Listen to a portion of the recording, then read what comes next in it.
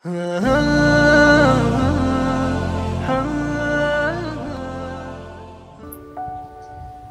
corona azab atau rahmat? Corona azab atau rahmat? Wabah virus corona ini baru tengah menggemparkan dunia. Para ilmuwan dibuat bingung untuk menemukan obat dari virus yang baru muncul lebih dari sebulan lalu di daerah Wuhan, Cina. Ribuan orang dikabarkan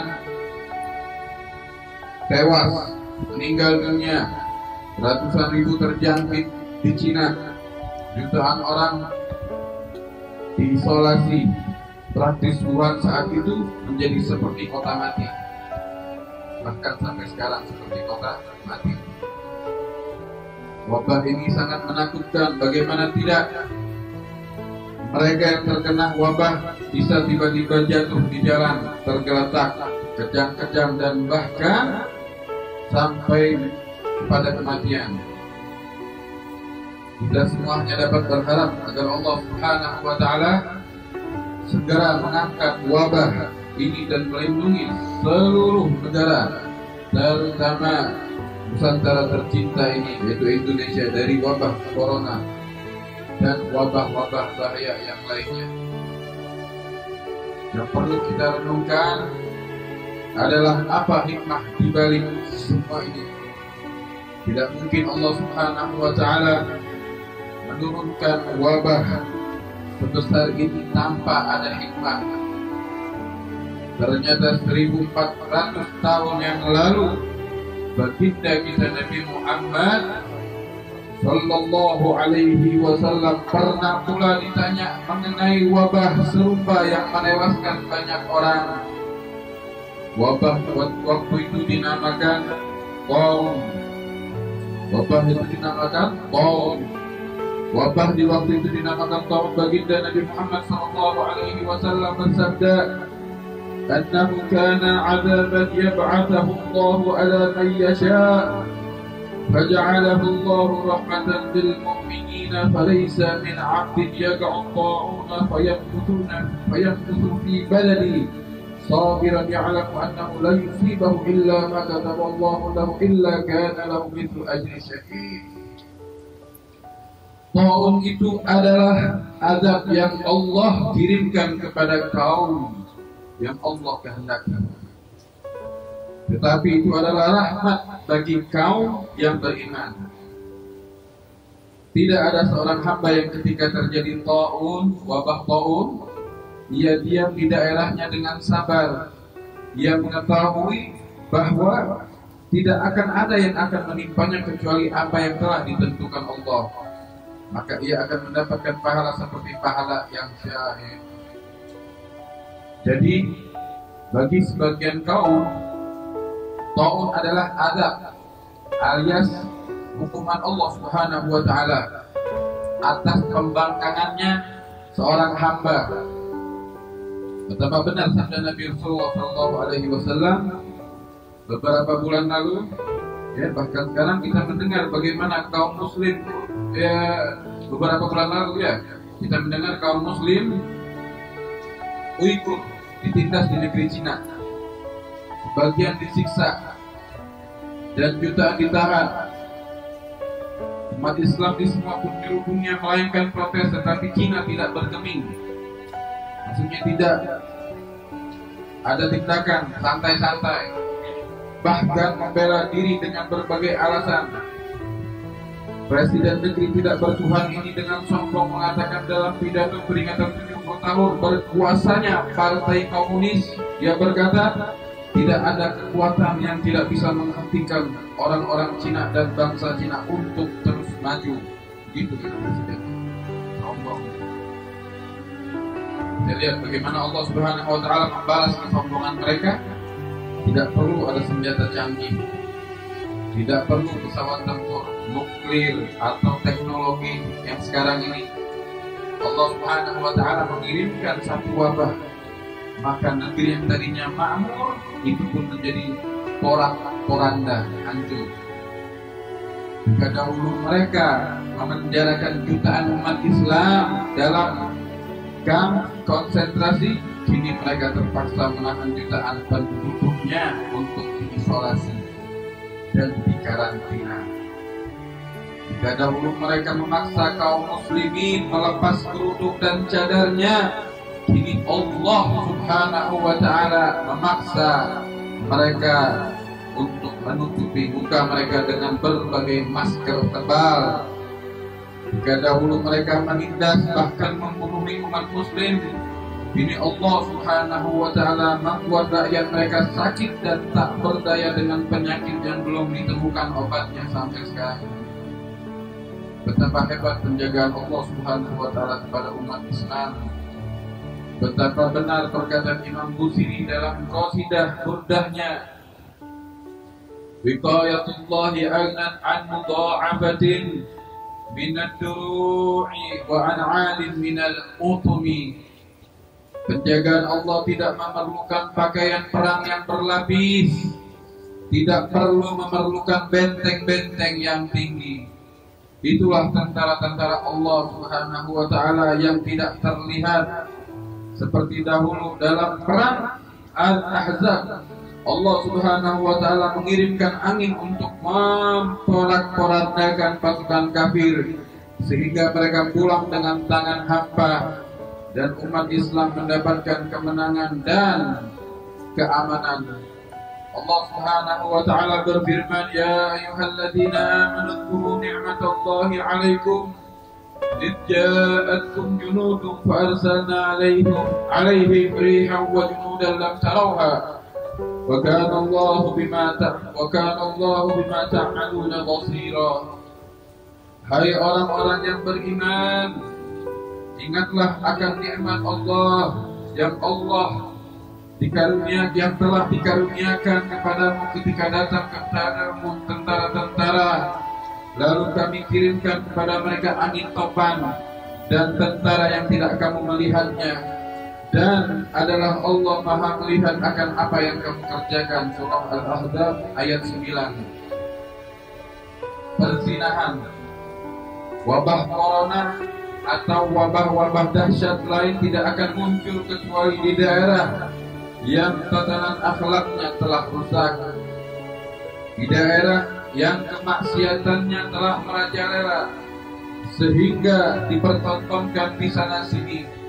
Rasulullah sallallahu alaihi wasallam bersabda, "Lam tadhhar al-fahisha fi qaumin qat hatta yu'linu biha illa fasha fihi al-ta'un wal awja'u allati lam takun madat fi aslafihim alladhina madaw." Tidaklah tampak perzinahan di suatu kaum sehingga mereka melakukannya di hadapan umum kecuali akan menyebar di antara mereka wabah dan penyakit yang tidak pernah terjadi pada pendahulu yang telah mendahului mereka. Hadis riwayat Ibnu Majah. Dalam hadis lain dikatakan, wa idza kathrat zina kathral qatlu wa waqa'a ta'un.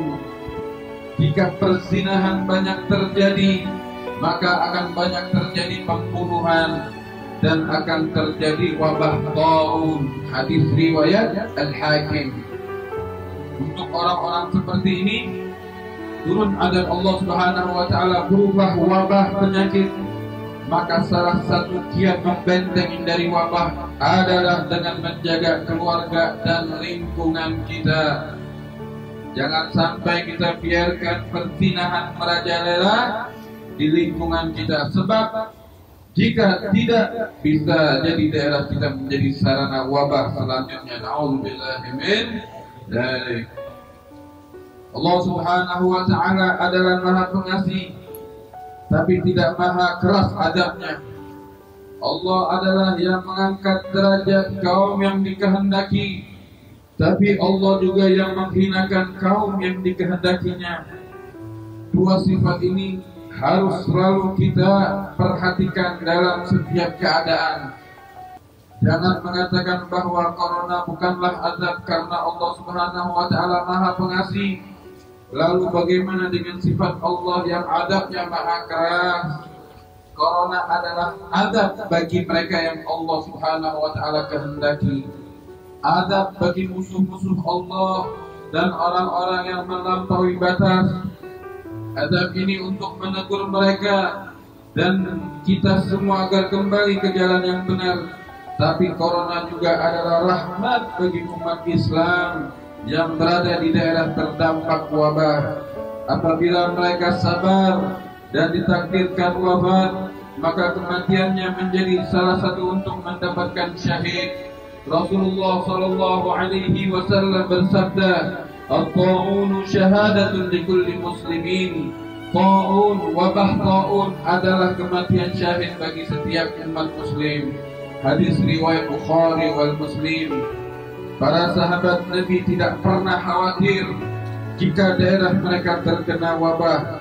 Mereka percaya bahwa wabah adalah rahmat bagi umat Islam. Bahkan sahabat Mu'adz bin Jabal radhiyallahu anhu ketika terjadi wabah di Syam berkata di akhir khutbahnya, "Innaha rahmatu rabbikum wa da'watu nabiyyikum wa ghadabus salihina qablakum. Allahumma adkhil ala ali Mu'adz nasibahum min hadhihi ar-rahmah." Sesungguhnya wabah ini adalah rahmat dari Tuhan sekalian, doa Nabi kalian, dan kematian orang-orang saleh sebelum kalian. Ya Allah, masukkan kepada keluarga Mu'adz sebagian dari rahmat ini. Hadis riwayat Ahmad. Para sahabat tidak pernah takut kepada wabah ataupun kematian, karena ada yang lebih mereka takutkan dari semua itu, yaitu hidup di zaman penuh fitnah yang mengancam agama mereka. Sahabat Abis Al-Ghifari pernah melihat orang-orang yang ramai berpergian. Beliau pun bertanya, "Ma sya'nun nas?" Apa yang terjadi pada orang-orang? Mereka berkata, "Yatarahhaluna minat ta'un." Mereka pergi karena ada wabah ta'un.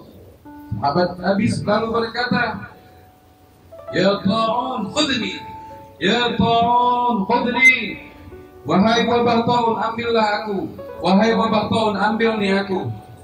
Ketika sepupunya menegurnya, maka sahabat Abis menjawab, "Inni akhafu ayyudrikani sittun sami'tu Rasulullah sallallahu alaihi wasallam yadhkuruhunna al-jawru bil hukmi wat-taharum bid-dima' wa imaratu as-sufaha wa qati'atu ar-rahim wa kathratu ash-shurab wa taqdimul qawmi ar-rajul al-qawma laysa bi afghahihim wa la bi khairihim liyughanniyahum bil Qur'an."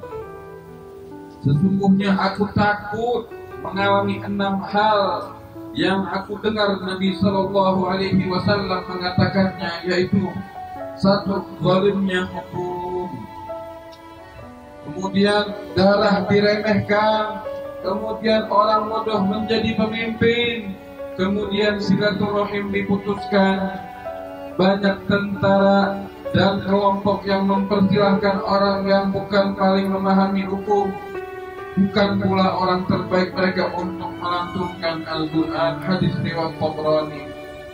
Ternyata ada yang lebih menakutkan dari wabah corona, yaitu wabah yang berpotensi menimbulkan kerusakan pada akidah kita.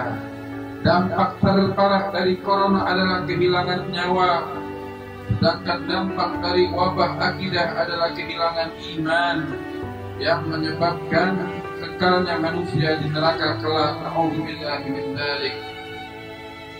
Yang mengherankan, sedikit sekali umat Islam yang khawatir atas ancaman akidah. Kita tertawa, bermain, lalai, sedangkan ancaman akidah telah mewabah di sekeliling kita. Paham-paham menyimpang yang membahayakan akidah telah membawa kita di akhir zaman ini liberal, ateis, Rafidhah, takfiri, dan paham-paham lainnya.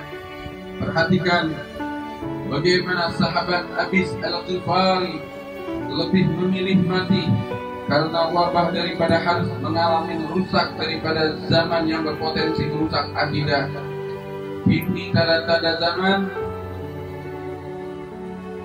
yang ditakutkan oleh sahabat Abis Al-Ghifari telah nampak jelas. Ini zaman ketika hukum bertumpul ke atas dan tajam ke bawah.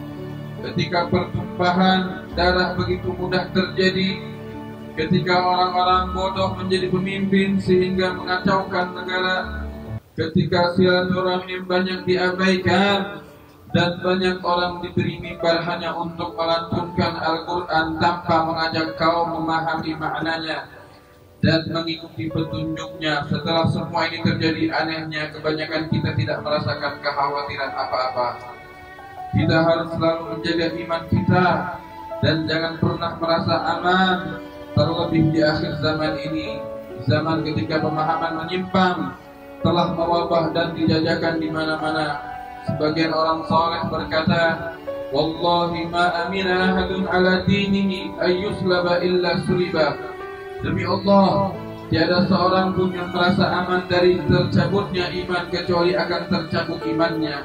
Para salafus saleh selalu khawatir iman mereka dicabut, padahal amalan mereka sangat banyak, akan doa mereka akan dosa mereka sangat sedikit. Sebagian mereka pernah berkata, "Jika aku ditawari memilih antara mati dalam keadaan Islam di pintu kamar atau syahid di pintu rumah, aku pilih mati atas Islam di pintu kamar, karena aku tidak tahu apa yang akan terjadi pada hatiku ketika berjalan dari pintu kamar ke pintu rumah." Semoga kita semua dilindungi dari berbagai macam bahaya, baik bahaya dalam tubuh kita maupun dalam agama kita. Semoga wabah-wabah yang menimpa umat manusia segera diangkat, lalu membuat semua orang menyadari kesalahan-kesalahannya dan berubah menjadi lebih baik. Amin ya rabbal alamin.